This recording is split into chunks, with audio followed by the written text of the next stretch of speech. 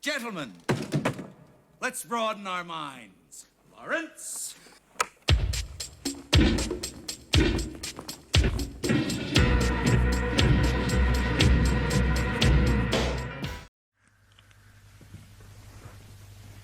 Okay, well, I think of this talk as alchemical youth on the edge of the world, because I thought what we would do this morning is anticipate the psychedelic 90s and talk a little bit about the youth culture that is emerging worldwide and some of the other considerations that the youth culture seems to be building bridges toward. Altogether, these various concerns seem to me to add up to a kind of neo-shamanism or a kind of archaic revival of social forms, many of which have been suppressed for several millennia. There are several facets to this new emerging psychedelic youth culture of the 90s. First of all, obviously, the ecology movement. This is something that was absent in the 60s when the awareness of the approaching degradation and destruction of the natural environment had not advanced nearly as far as it has today. So there's a general awareness in the youth culture that its elders are handing on to it a looted, polluted planet in which very little planning or provision was made for the saving of resources for any future generation.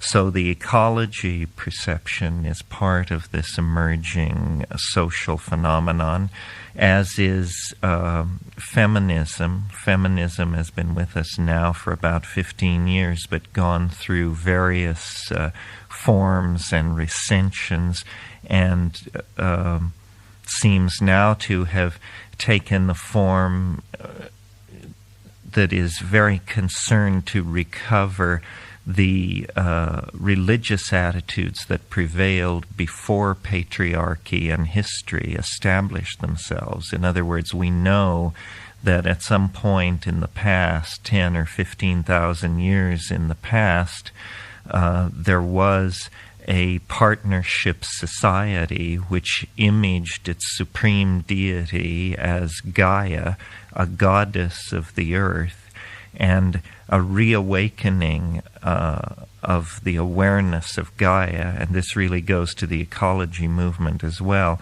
a reawakening of this feminine, ecological, earth-centered awareness is definitely feeding into the aesthetics of this new counterculture that is arising.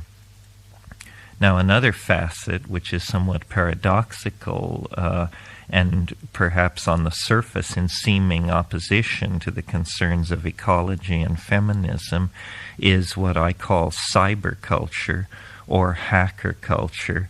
This means that a lot of people in the 16 to 30-year-old bracket are very aware of the underground uses and applications of technology, not only computers and virtual reality and game making, but also desktop publishing, garage band, rock and roll, and a countercultural record industry that often runs on very small pressings of very obscure groups and sounds. Nevertheless, this technological cyberculture is what is making possible another facet of this youth culture, which is specialty music, a transformed rock and roll, a culture-wide reinvigorating of musical forms. And of course, driving that concern is the rediscovery of psychedelics. Psychedelics, which were very big in the 60s in the form of LSD largely, were almost lost sight of in the 70s and the early 80s when the management-oriented yuppie culture came along. But now, with ecology, with feminism, with cyberculture in place and cross-fertilizing each other, psychedelics have become the natural glue for this movement, and they are largely plants. What is going on is an attempt to recapture the shamanistic institutions and styles that existed before history.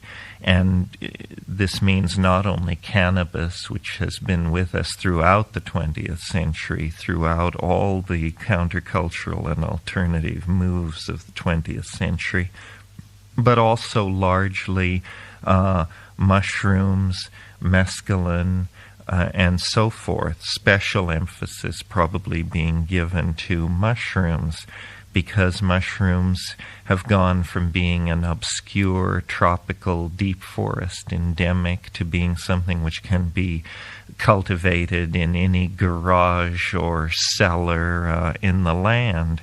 And many people are doing this. It's sort of an odd fact about mushrooms that the qualities you need to take them are precisely the qualities that you will inculcate into yourself if you learn how to grow them. Punctuality, cleanliness, attention to detail, so forth and so on. I really think that the mushroom growers within the new culture are the alchemists of the new culture. Their formula is rye to mold and mold to gold. And thank God for them, because they then create the juice that fuels the creativity of these other concerns that I've mentioned.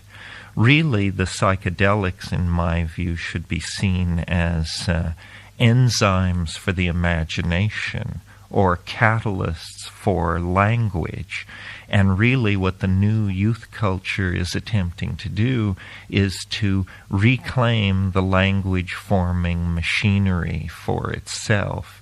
A culture can evolve no faster than its language evolves. What is unspeakable is unthinkable. And consequently, part of the task of the new spirituality, of the neo-shamanism, is to empower language to go into areas where it has never gone before, particularly the area of emotion. It's incredible how few words we have for our emotions when we have so very many words for even relatively obscure technical processes. So I see the psychedelics as functioning in two areas. First of all, to catalyze and empower the imagination, and then secondly, to dissolve boundaries between people.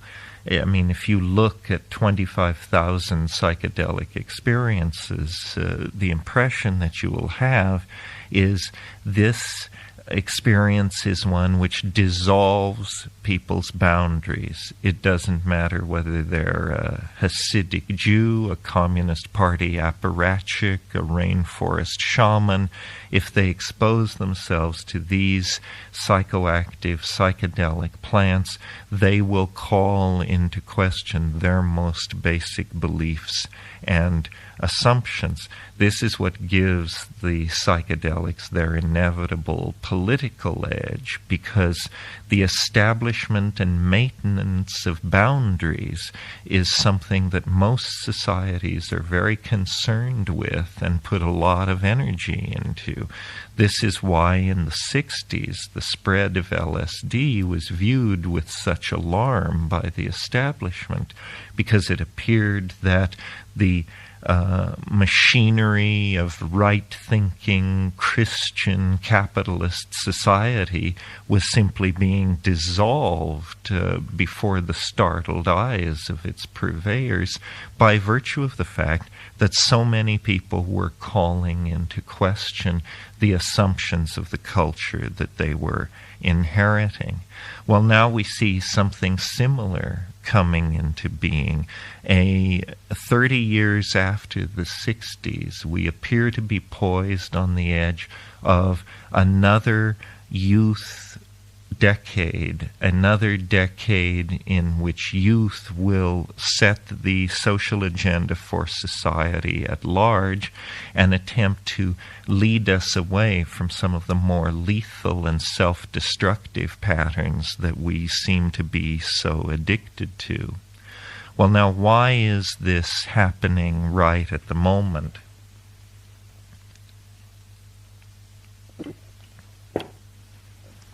Well, I prefer to think, rather than arguing rationally about it, that the reason the 20th century has been so repeatedly disrupted or enlivened, depending on your point of view, by these eruptions of the avant-garde, the bohemians, the beatniks, the hippies, the youth culture of today, is because unconsciously we are actually responding to the presence ahead of us in the future of what I call the transcendental object at the end of time, a kind of strange attractor, a kind of sociological black hole that reaches out to social processes in the act of evolving and puts a certain spin on them, calls them toward itself, so that history in the 20th century is not a random walk or a trendless fluctuation as we are taught in the academy. Rather, history in the 20th century is a triumphal march toward the revelation of a transcendental object that lies beyond the turn of the century. Every time we take a psychedelic compound, every time we slip into reverie, trance, or dream, we form a relationship. We encounter in mental hyperspace the long shadow of this transcendental object. It's as though we've been moving along a surface for a long time now, many centuries, and now we are about to undergo a phase transition or fall off the cusp of the phase space. And this falling off the cusp of the phase space is, for those who experience it, a dizzying sense of freedom, a dizzying sense of penetration into a dimension that was previously sensed and dreamed of, but which very briefly and occasionally comes forward to be realized. It's a golden age, similar to the golden age of Greece or the Renaissance. But for us it has a different character, because this transcendental object ahead of us in time seems like a kind of concrescence of all our hopes, fears, and intuitions about what the future and the evolution of our species could become. This is, I believe, why the UFO has been such a persistent motif in 20th century popular culture. It's because we actually sense on the unconscious level a kind of approach of the end of time, a kind of closing distance between historical societies and some kind of truly mysterious, truly transcendental object that lies ahead of us in the future, in the near future. And again, returning to the subject of the psychedelics, their role in all of this is that they seem to pick up and amplify that signal coming off this mysterious object hidden in the future, so that the contents of psychedelic experiences, when laid end to end in a composite, is to give a kind of picture of what this final scenario of global integration is going to be like. And though it is going to emerge as a phenomenon of culture, I think it will largely come out of not our cultural artifacts, not our technology, but out of human organization itself. It's not for nothing that the self-transforming machine elves that one encounters on the other side of the DMT barrier, that what they seem to be concerned with is the teaching, invocation, and forced evolution of human language. I think that somehow the part of human organization that is most likely to undergo an evolutionary transition is the portion related to the production of language. Even ordinary language, which we take so for granted, when looked at from the perspective of the rest of animal nature, is seen to be something very close to the thumbprint of God on the human world. I mean, you can take your dolphins and your ants and compare them to a Grateful Dead song or Milton's Paradise Lost, and it's clear that human communication is going on in a domain of glorification and completeness that is transcendently other when compared to all other forms of communication going on in the world. Well, then, isn't it suggestive that when we use these tryptamine hallucinogens which are, strangely enough, analogous to neurotransmitters within our own brains, that then what we burst through to is the equivalent of a kind of shamanic finishing school, where self-transforming machine elves, apparently the animal life of this parallel continuum, are urging us to perform some kind of transformational act on our own language.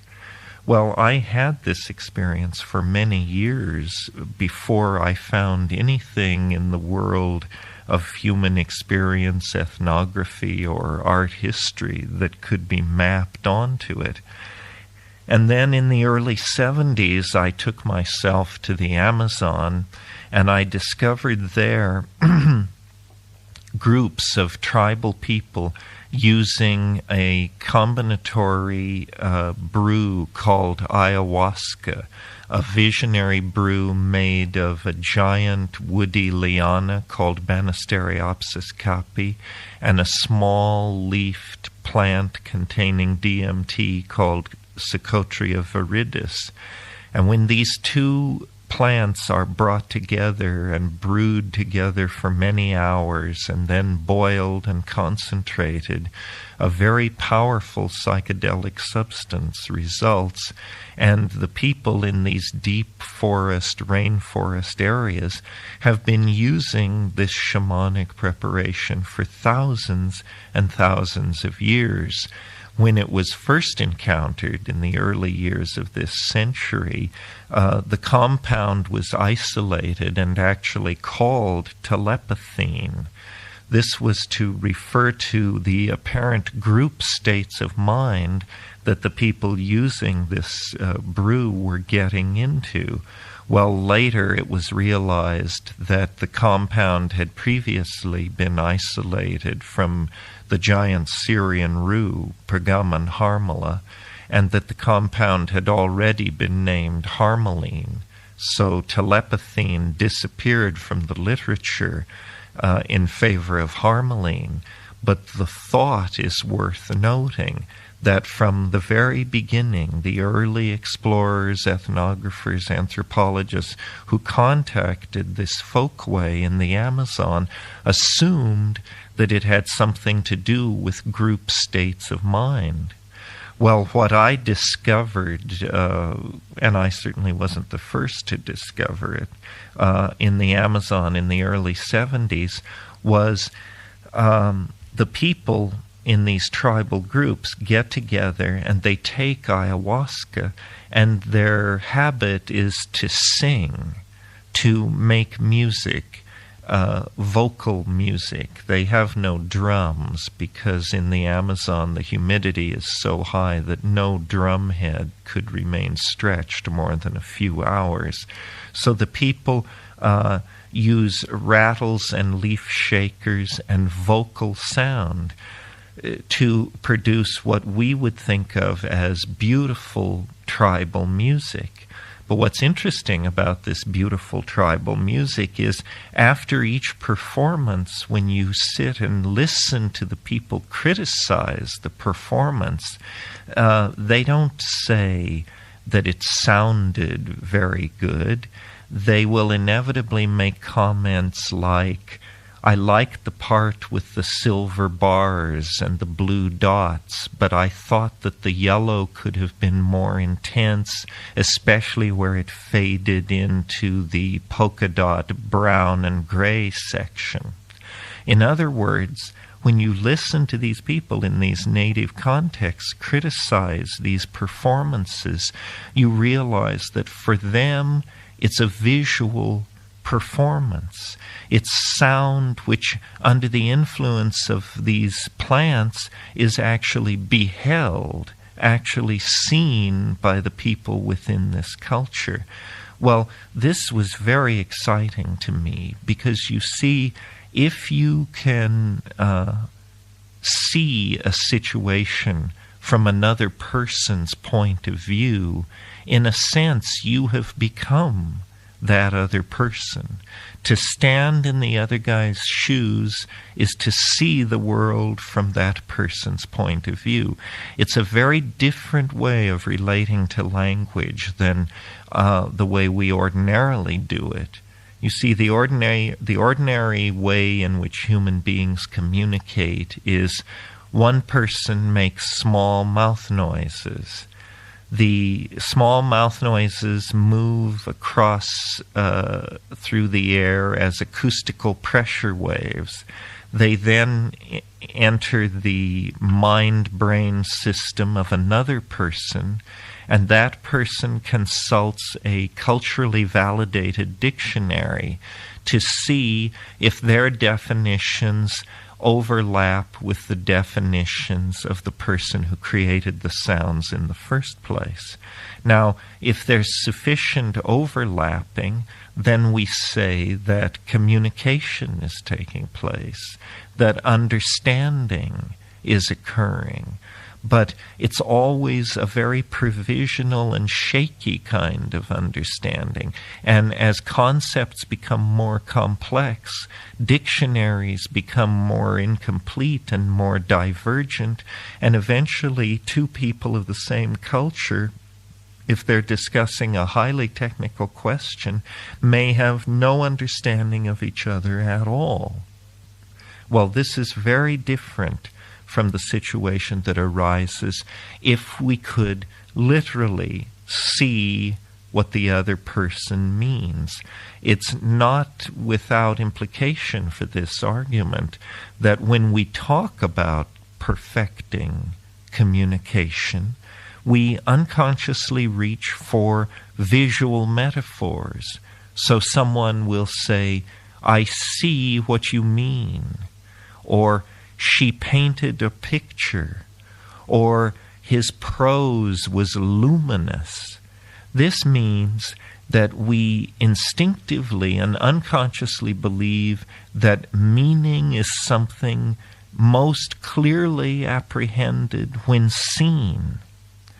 And one of the things that has excited me so much about the Aboriginal use of psychedelic plants is they seem to be on the brink of evolving forms of communication which move out of the realm of acoustical neurological processing and into the realm of visual acoustical processing.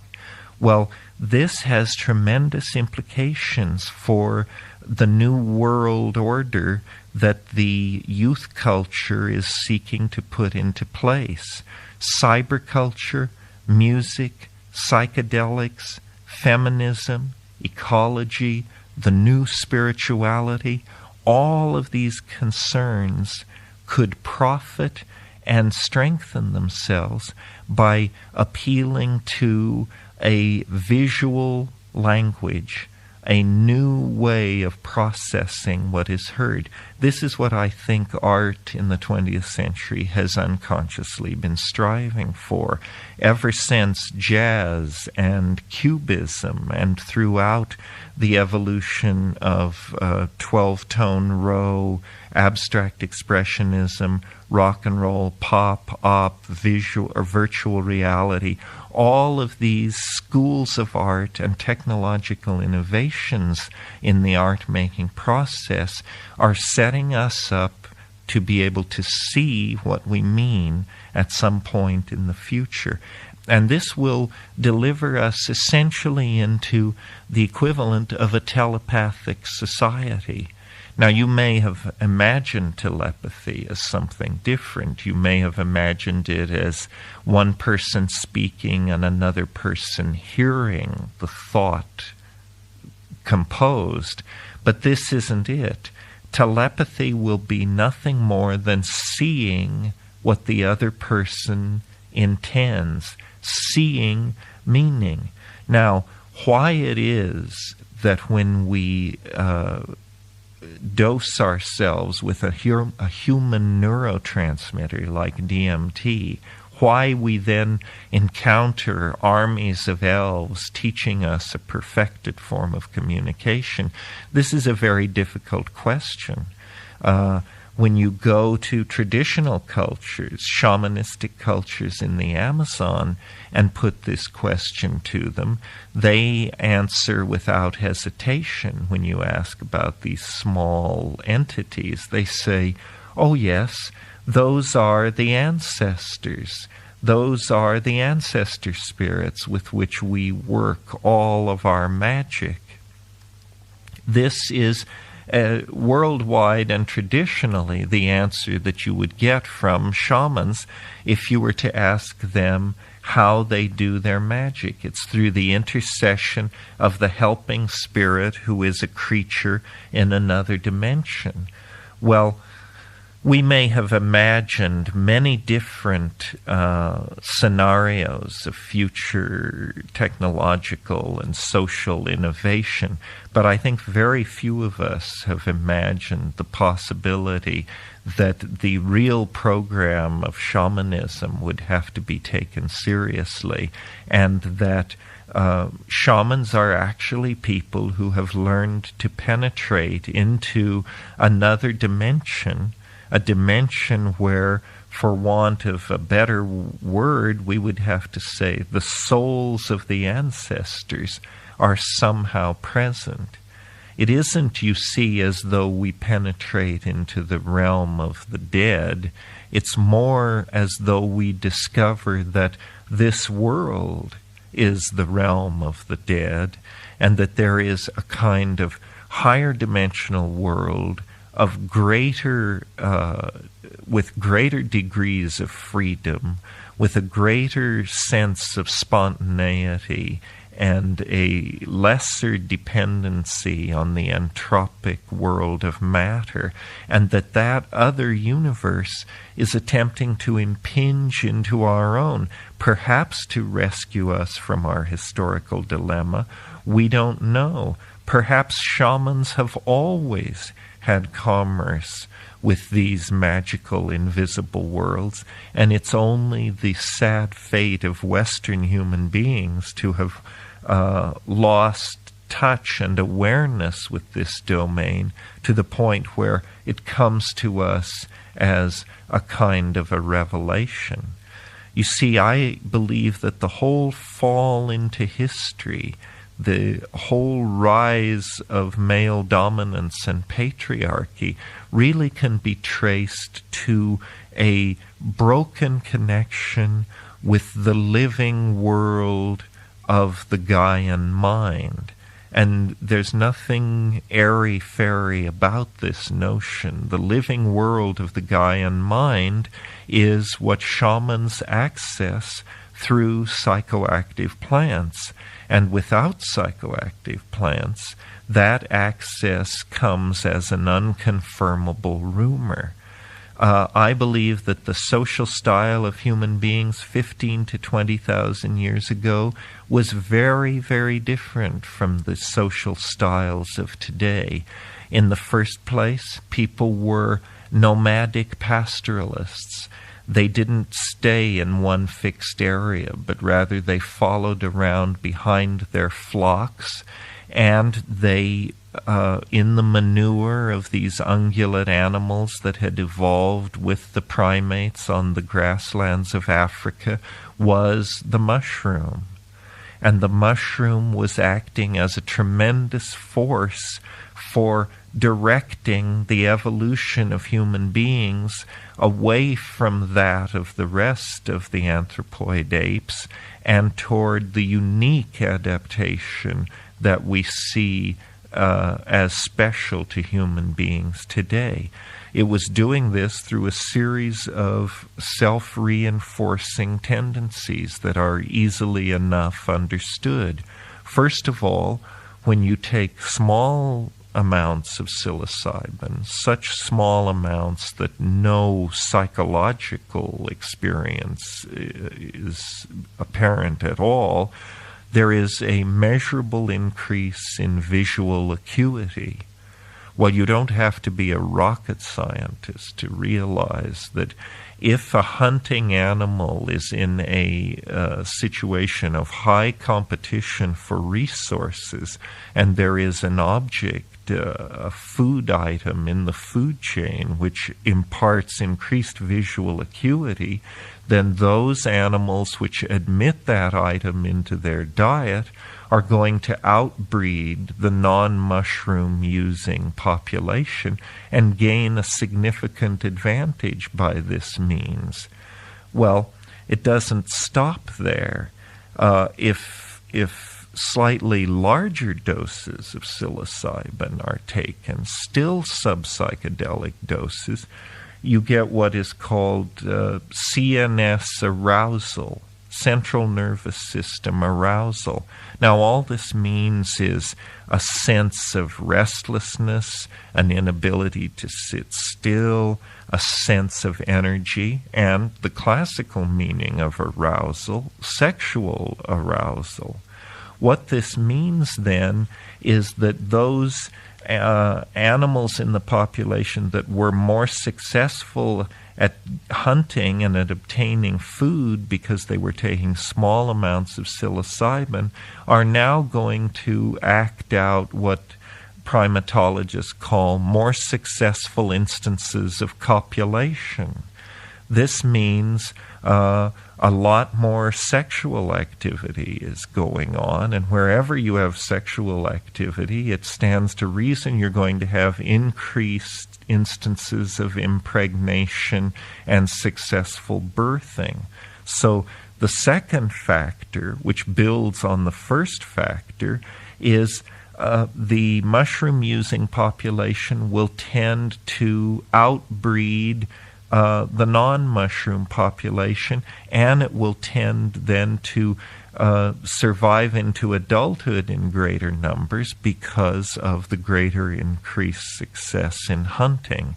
The third and final factor then, which pushed these mushroom-using primates into a position of ascendancy, is psilocybin at the psychedelic dose level actually stimulates the areas of the brain that are concerned with the production of language. So you get spontaneous glossolalia, spontaneous bursts of modulated, syntactically structured sound. And I believe probably that language was invented long before meaning, as a kind of abstract exercise around the campfire that these hominoids and proto-hominoids were doing for each other's amusement. So there you have a 3-step process. Increased visual acuity means increased success at getting food. Further doses of psilocybin mean more sexual activity with more instances of successful impregnation and birthing of offspring.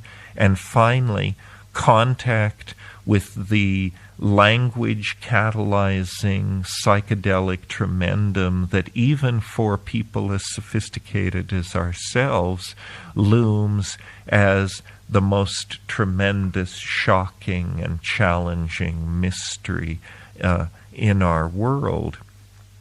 We have always been caught up in the anticipation of the unspeakable.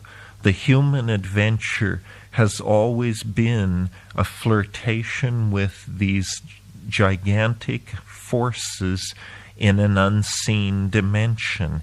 This is what sets our religions going. This is what creates gurus and messiahs and scientific breakthroughs. It's that somehow we are in resonance with something much larger than ourselves, something which you could call the great attractor, the transcendental object at the end of time, the Gaian mind. Whatever it is, we, out of all of nature, seem to have a special relationship to it and seem to be somehow both under its care and somehow involved in the manifesting of it in 3-dimensional space. It's that as we make our way across the historical landscape toward the sensed presence of this transcendental other, so it is making its way toward us through the content of dreams, psychedelic experiences, the careers of spiritually advanced people. The idea being that history, which is a state of extreme instability and disequilibrium, which only lasts 15 or 20,000 years, that history is about to be transformed or ended, that the factors that shaped history, phonetic alphabets, male dominance, materialism, the scientific method, empiricism, these factors are about to be made obsolete by discoveries in the human and natural realm. We, the people of the high-tech civilizations, are like the prodigal son. We made a descent into matter. We have wandered many years in the wilderness. Now, in a time of great planetary crisis, we must return to the tribal fold. We must take what we learned from the peregrination into history and return to the tribal model with it. Only in that way, then, can we reclaim our sexuality, reclaim our identities, and reclaim the planet for itself. The styles that have evolved within history, the styles of male dominance, concern for tracing male lines of paternity, private property, control of females, so forth and so on. All this has arisen as a result of the establishing and maintaining of the ego.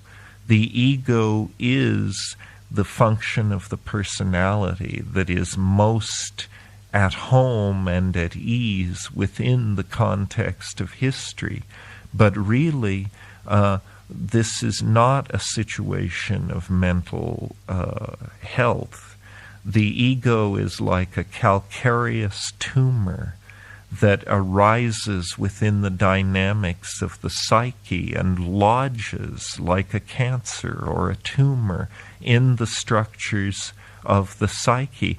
And the only cure or the only treatment that I'm aware of for the calcareous tumor of ego is frequent, repeated exposure to psychedelic plants. This is the essence of their boundary-dissolving function. And 12 to 20,000 years ago, the ordinary style of human society was, as I said, nomadic pastoralism and psychedelic intoxication on a schedule that was very probably lunar. So reclaiming that orgiastic, boundaryless style of sexual relating is part of what the archaic revival is about. Obviously, with a population of 6 or 7 billion people, we can't seriously suggest that we return to the sexual styles of a group of nomadic pastoralists on the plains of Africa who numbered probably no more than 50 or 60 people. But we can understand that the ego is a function that has arisen in a sense to empower our most lethal tendencies.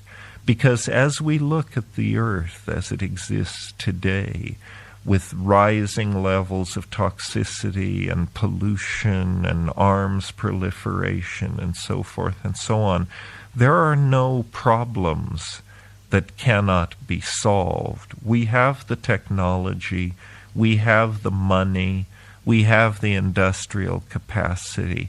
What we don't have is the plan and the will to execute the plan. So really the change that we and the groaning planet are waiting for is a change in the human mind. It's the human mind that must change. And then the tools for the restructuring that must be done will be found present and near at hand. And as far as I can tell, we don't have centuries or millennia in which to do this change. And if preaching alone could have inspired it, it would have occurred several millennia ago.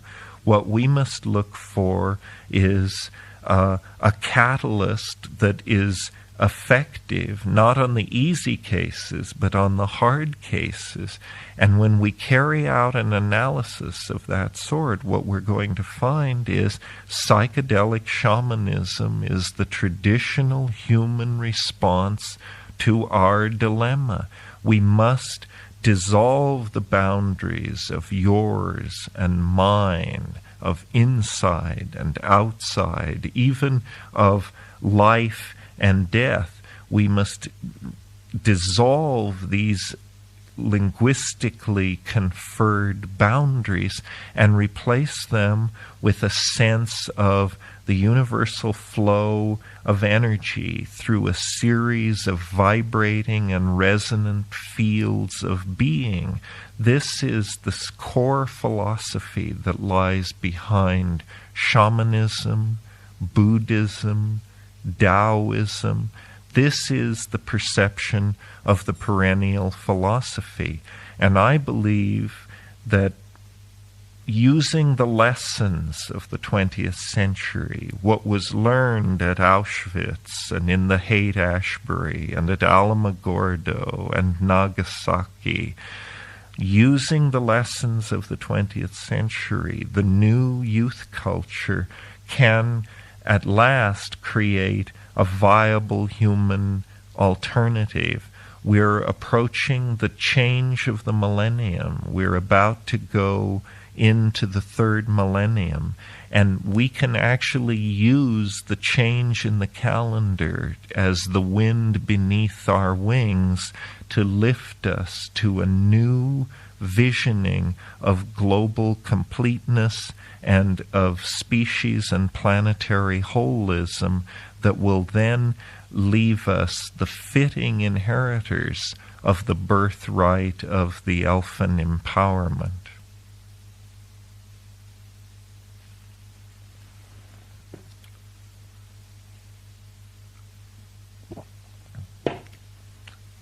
I think we've said enough. I think we can knock off. If they can't get 7 minutes out of that, we have to renegotiate.